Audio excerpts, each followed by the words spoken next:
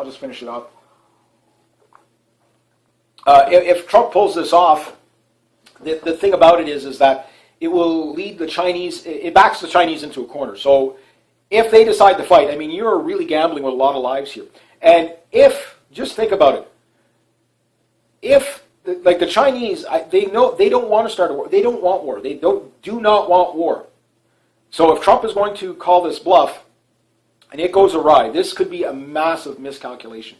If the Chinese say, well, they're going to go to war with us, okay, we're as ready as we're going to be, and they sink a U.S. warship, okay, then right on the way they get on the phone, that's it. We don't want war, yada, yada, yada. They'll be all over the media and all that. And of course the U.S., oh, we're going to kill those fuckers, whatever. And then you're going to see empty coffins coming back with the flag draped over it. And those pictures will be all over the news. And that will basically harpoons Trump's presidency right there. Why? Because everybody wants blood until they see blood. That's the thing. So if the Chinese were to call the bluff, they could do it in 2 or 3 different ways. Okay, let the blockade go. Okay, well, we'll just sit this one out. We'll keep our warship here. You keep your warship there. It's a tense standoff, but whatever. But then all of a sudden, there's a little bit, or a couple of artillery shells flying into South Korea. Oh my God, the North is moving south. Oh my God, well, we got to go there. You know, then the Chinese go back to the islands, and build them up twice as much. Or as the flotillas are getting there, even if the islands are not finished yet, they'll have stuff on the islands long before. Now, making new islands, again, how can you really stop these guys? You can't really stop them in the region without expending a massive amount. I say just let the Chinese do their thing. If they hit their allies, fine. But the Chinese are not going to attack anybody. Because you don't even have to fire a shot to take down the Chinese. You take down the Chinese the way they took down the West, economically. That's all you got to do. Trump's already doing that. Like, don't even wait to do the standoff. Weaken them economically, they won't be able to run their military machine. That type of thing. China's about to experience, I think, a lot of problems from within, just from the Trump trade deal war that's going to go on. And it's not going to happen right away because, again, the United States, if it was just to cut and dry out in NAFTA and cut and dry Chinese trade right away, well, I mean, if you cut off the U.S., this is one thing a lot of people said, well, the Chinese need the Americans as much as the other way around because they buy all the goods. But when stuff starts to get built in the States again, then you can, once you start making the products in the States again, which will be better quality products right from the get-go, then what you'll find very clearly is that the Chinese will start to lose their influence because they won't have money coming in. They don't sell enough to they sell quite an amount of stuff to their own people, but for the most part, they don't sell the junk that they sell to us to their own people. They sell, quite a bit. China's a lot better than what it was, say 10, 15 years ago, but it's still not here, and it does depend on what region you live in. If you're, living in Beijing, you're probably doing quite well. If you're living on the outskirts, probably not so much. And that's why you hear people say, oh, China's the best, it's the best, the best. Depends where you look. The closer you move to Tibet, for example, not so good. There's regions in China where the people on the outskirts they're starving to death. It is what it is. There's a lot of optical illusions there.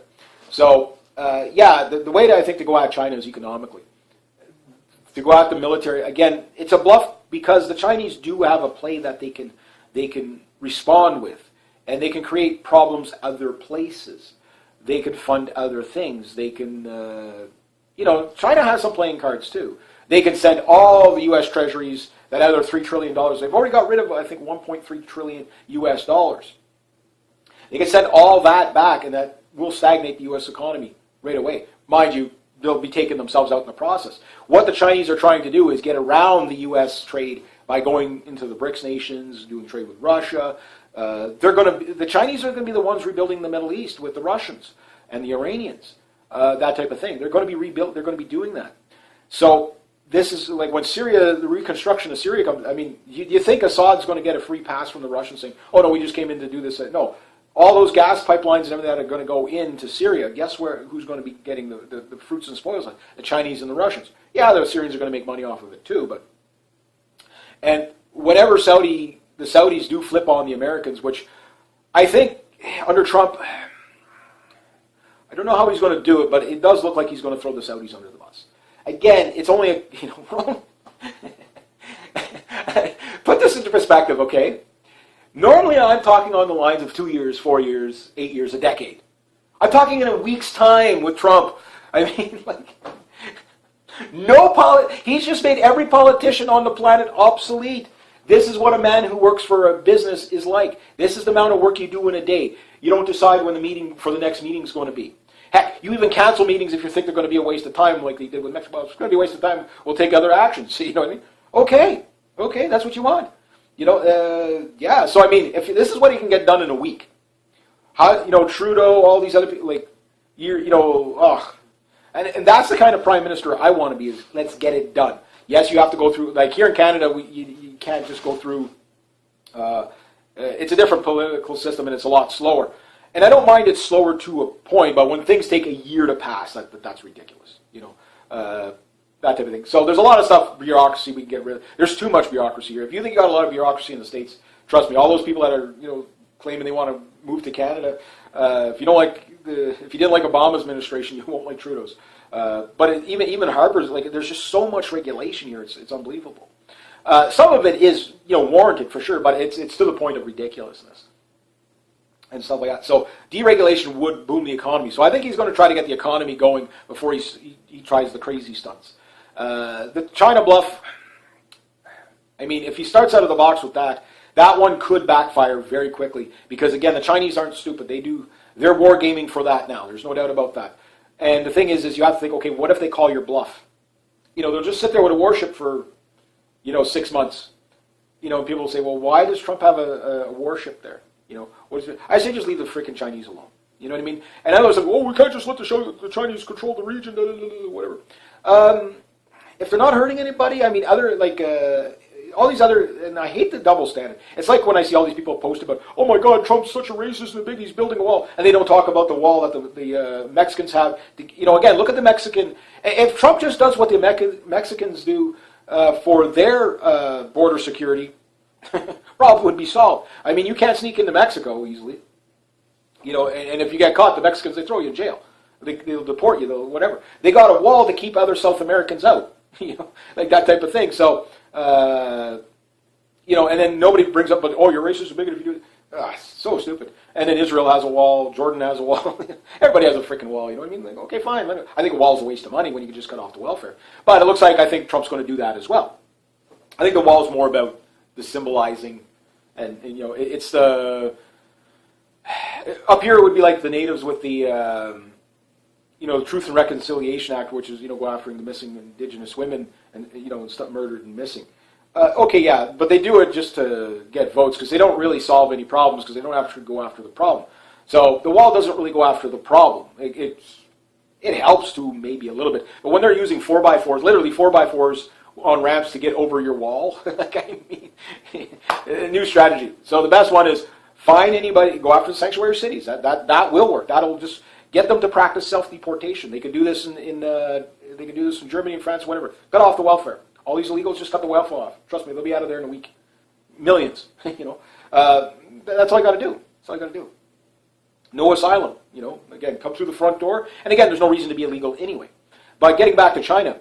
So China, they do have good weapons. They are, last year they've unveiled a few new weapons. Don't really know what they are. They look like some sort of air defense system.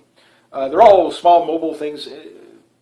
They're amphibious vehicles. They're now, building the AN-225. They're going to be building tons of those. Largest airplane on the planet. This thing, the Ukrainians call it the aluminum cloud, because you walk under the wing of that thing. Because there's so much wing area, it's actually like the temperature goes down by like 4 degrees. You know what I mean? Like it's literally that big. You got 6 engines, heavy lift. Last year it dropped something off from the Ukrainian auto or picked something up from Canada going to the Ukraine. I think it picked stuff up. The Chinese want to build like a fleet of these things. So how many is that? I don't know. But those are big. If you want to see Red Dawn, that's what they're going to do a Red Dawn in. The other thing is they're going to build the world's largest hovercraft. As a, to get their amphibious vehicles. And all their amphibious landing vehicles, these things, they're some of the fastest amphibious vehicles on the planet. The biggest problem is they can't move them in large groups, so they're okay for coastal defense. And I think for coastal defense, that's pretty much where the Chinese have been pretty much focusing. So to take out strategically to take out the Chinese, their air defense I think is good enough. Plus, I mean, it's not like you can go through Russia. You might be able to go through Mongolia, possibly if the Mongolians would work with the U.S. I don't think they will. I think they're more working with the Chinese.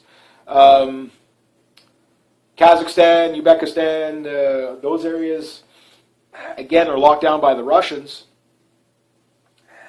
There's only South China Sea is the only way in. So you're going to have a standoff between China and Japan, which would hurt Japan more. So the Chinese do have ways of fighting back here from a defensive point of view. So the Chinese, and plus the Chinese do have missiles that will reach the continent United States, no problem. So the other thing that Joe Scalzo was saying, that if the Chinese got into a war, the first thing they would probably do is go nuclear, have a first true strike, because they can't fight along and then call for a truce. So yeah, there would be nukes flying back and forth. They'll fire maybe 5 or 10 and say, okay, whoa. If you don't want to escalate this any further, okay, they fire a couple. Because the Chinese don't care if you kill like 250,000 of their people or whatever in a few nukes. They don't care. They don't care about their people. The Chinese government doesn't give a shit. They never did. Look at how the Chinese have fought in North Korea. Anytime they fight, they just overwhelm them. Just piss away the men. They don't care because their eye is on the prize, right? And the thing is what Joe Scalzo was basically suggesting was that what they might do, how am I doing for time here? What they might do is basically, go nuclear right from the get-go and then cool it down from there. So not full Armageddon, but maybe take out Los Angeles, maybe take out New York, something like that. Send out a couple of their submarines or boomer subs, which since 2012 can fire, each one of their submarines can fire from pretty much the middle of the Pacific Ocean right into the mid-USA. So they could take out a few things. So they'd probably hit a few populous areas first, maybe even a few naval bases and stuff like that, because you really want to take out the strategy, take out stuff like that. Which, yes, would put us into a war, and then it would just go to an armistice like North Korea, South Korea, but instead you'd have Pacific, East Pacific, West Pacific, that type of thing, China versus the United States. World trade would probably go, economic collapse overnight. Like I've been saying, no economic collapse till war comes, unless Trump hits that button, which he is signaling he might actually hit that button. That's the only thing that would make me waver from that stance. Because, again, if the economy goes down, even now, like the bankers are still going to be blamed for this one, even if they try to blame it on Trump. The bankers, this is why these world elites are, flocking to New Zealand and other places around the world to go to their bunkers. These people know something we don't, and now they're leaving now. They've been building for years, but you're starting to see them leave now. So they know something's around the corner. If it's just the economic collapse, well, they're just going to wait out the storm. However, I think all these elites that, again, there's so many people that are awake on this.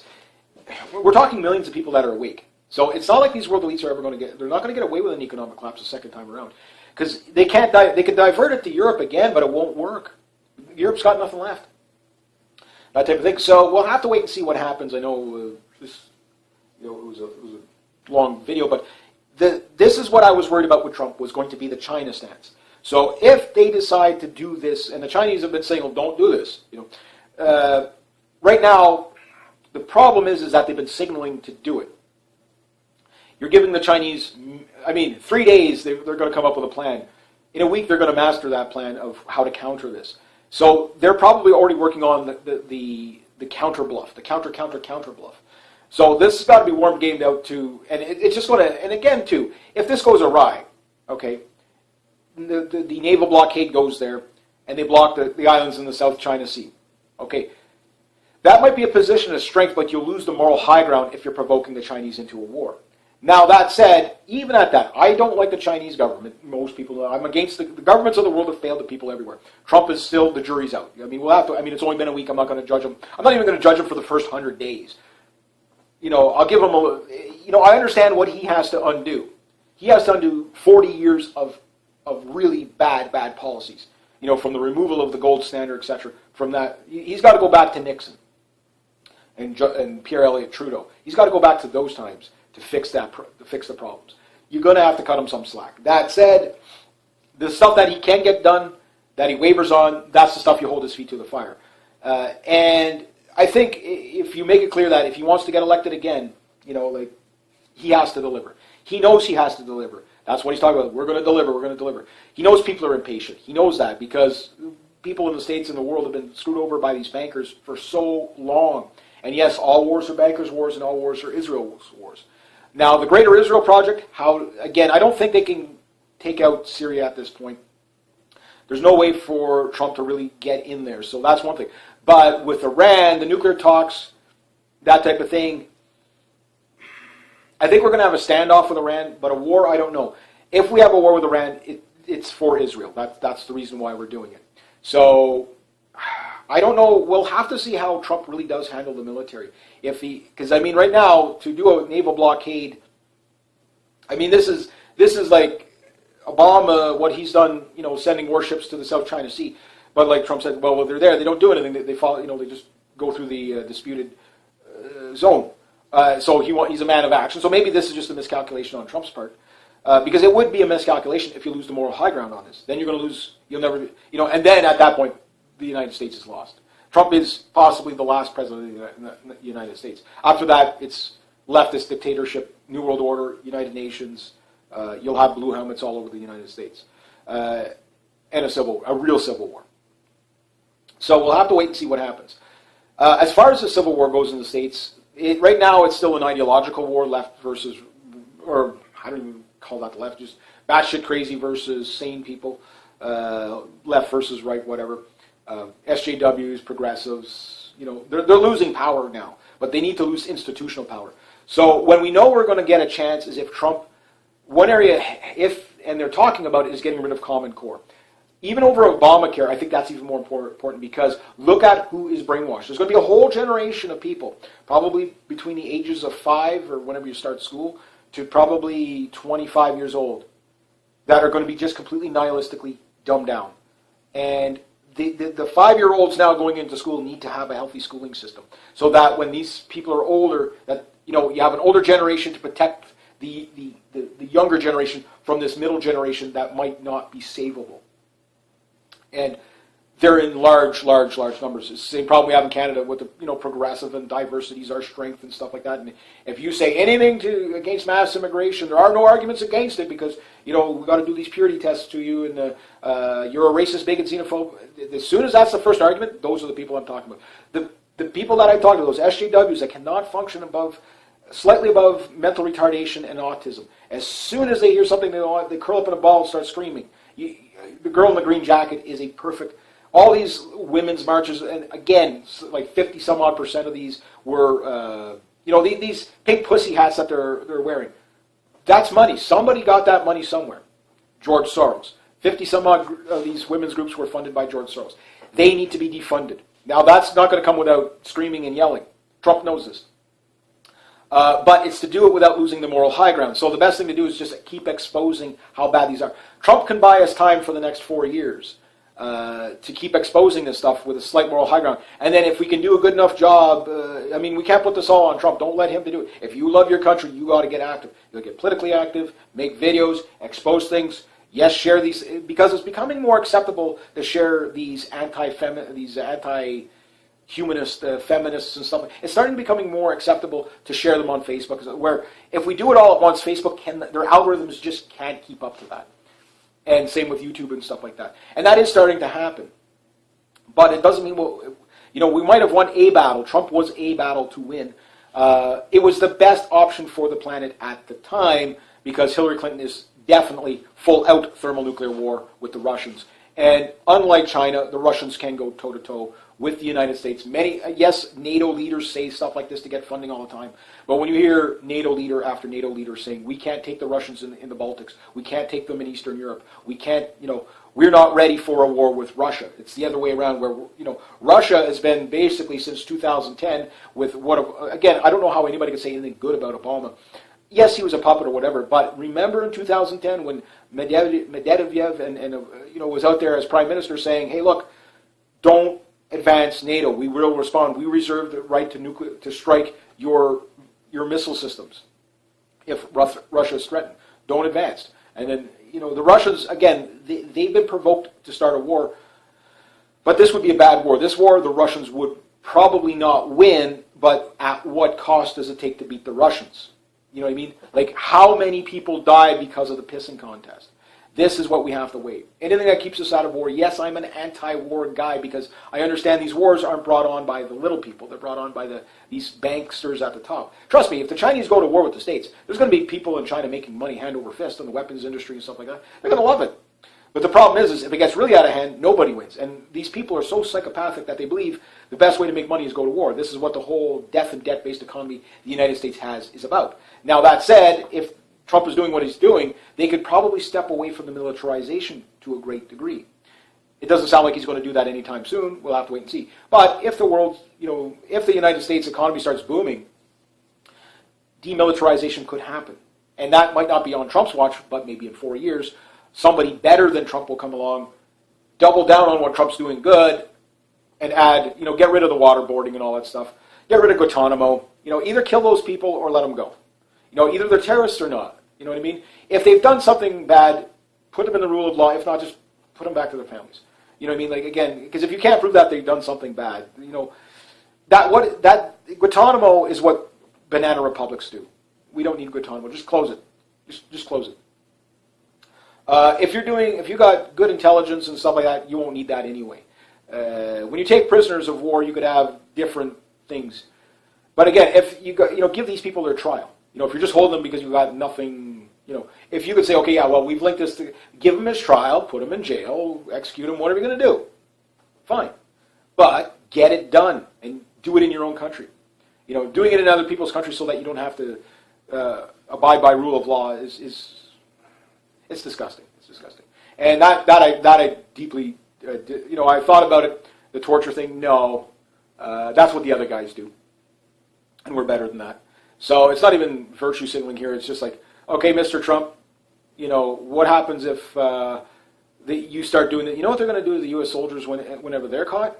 Again, you got to think about it that way too. Now, they might do that anyway. And then you could say, okay, well, we don't take prisoners of war anymore. We'll just kill them where we find them. That's fine. If they want to die in battle, they'll die in battle. But think of the cost to the taxpayer too, to keep these people who we don't really know if they're, what they've done. So that's my take on that. I don't agree with it. If you've got sufficient evidence, do the trials. Get it done and do it in your own country, or do it in their country of origin, that type of thing. But anyway, So Trump's bluff charge on China, we'll have to see if it actually materializes. It looks like it kind of is. I mean, you do have Obama brought back every aircraft carrier. You got one carrier group going out to the Mediterranean. It's going to go from India to the Mediterranean, patrol that area. And the other one is going to go to the South China Sea. Now, when it gets there, which doesn't take too long for these ships to get across the ocean, what will they be doing? I don't know. But that, I don't think will be a brink level unless the Chinese do shoot, which I don't think they would shoot. So if Trump does pull this off, he's going to be a brilliant man. Oh, we called their bluff. We just went and put our warships. They won't even go near the islands now. That type of thing. So a naval blockade is an act of war. That is an act of war. So at this moment, we are on the brink of war with China.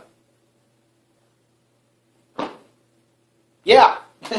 I guess that's the simplest way I could put it. We are on the brink of war with China.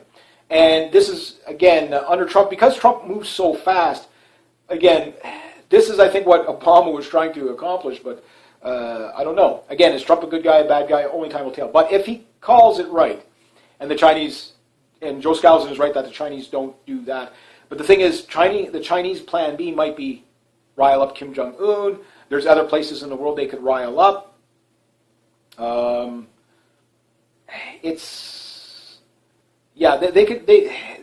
They can do something. They're not completely backed into a corner here completely. They do have ways that they can fight back.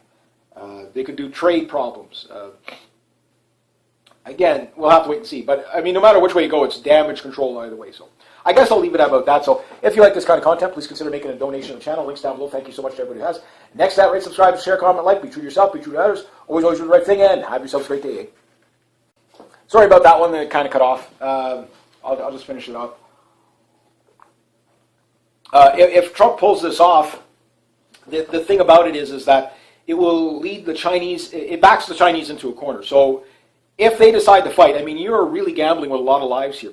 And if, just think about it, if, like the Chinese, they know they don't want to start a war. They don't want war. They do not want war. So if Trump is going to call this bluff, and it goes awry, this could be a massive miscalculation. If the Chinese say, well, they're going to go into war with us, okay, we're as ready as we're going to be, and they sink a U.S. warship, okay, then right on the way they get on the phone, that's it. We don't want war, yada, yada, yada. They'll be all over the media and all that. And of course, the U.S., oh, we're going to kill those fuckers, whatever. And then you're going to see empty coffins coming back with the flag draped over it. And those pictures will be all over the news. And that will basically harpoons Trump's presidency right there. Why? Because everybody wants blood until they see blood. That's the thing. So if the Chinese were to call the bluff, they could do it in 2 or 3 different ways. Okay, let the blockade go. Okay, well, we'll just sit this one out. We'll keep our warship here. You keep your warship there. It's a tense standoff, but whatever.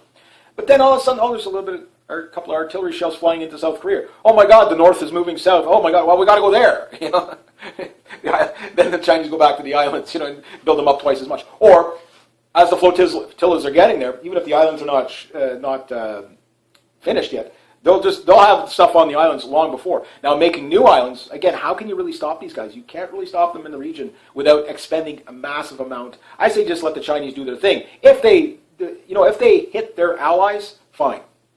But the Chinese are not going to attack anybody. Because you don't even have to fire a shot to take down the Chinese. You take down the Chinese the way they took down the West, economically. That's all you got to do. Trump's already doing that. Like, don't even wait to do the standoff. Like weaken them economically, they won't be able to run their military machine. That type of thing. China's about to experience, I think, a lot of problems from within, just from the Trump trade deal war that's going to go on.